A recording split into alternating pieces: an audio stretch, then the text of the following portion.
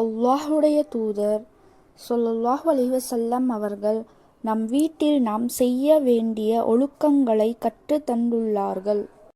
அல்லாஹுடைய தூதர் ஸல்லல்லாஹு அலைஹி வஸல்லம் அவர்கள் தன்னுடைய வீட்டினுள் நுழையும் போதும் சரி, உணவை உட்கொள்ளும் போதும் சரி, அல்லாஹ்வை நினைவு கூர்ந்து பிஸ்மில்லாஹ் கூறுவார்கள். அதைப்போல இரவு நேரத்தில் உங்கள் கதவை மூடிவிடுங்கள். அப்பொழுது அல்லாஹ்வின் பெயரை சொல்லுங்கள். உங்கள் விளக்கை அணைத்து விடுங்கள். அப்போதும் அல்லாஹ்வின் பெயரை சொல்லுங்கள்.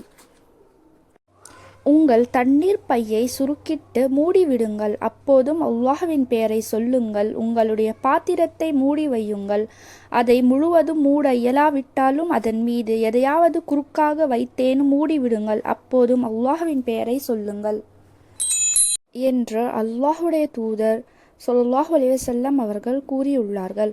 அதாவது நாம் குடிக்கக்கூடிய தண்ணீரை மூடி வைக்க சொல்லுகின்றார்கள். காரணம், ஏதாவது விஷப்பூச்சி விழுந்தால் அது நம் உடலுக்கு தீங்கு ஏற்பட்டு விடும் என்பதற்காக. விருந்தாளிகளை கண்ணியப்படுத்துங்கள் என நபி ஸல்லல்லாஹு அலைஹி வஸல்லம் அவர்கள் கூறுகின்றார்கள். சில தொழுகைகளை, அதாவது சுன்னத் தொழுகைகளை உங்கள் வீடுகளிலும் தொழுது கொள்ளுங்கள் என்று நபிகள் நாயகம் ஸல்லல்லாஹு அலைஹி வஸல்லம் அவர்கள் கூறினார்கள்.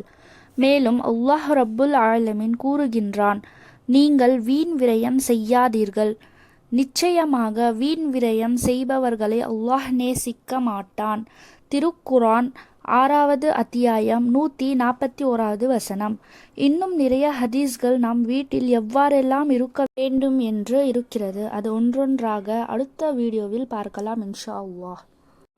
இதைப்போல இஸ்லாமிக் வீடியோக்களை பார்க்க நம்முடைய சேனலை சப்ஸ்கிரைப் பண்ணுங்கள்.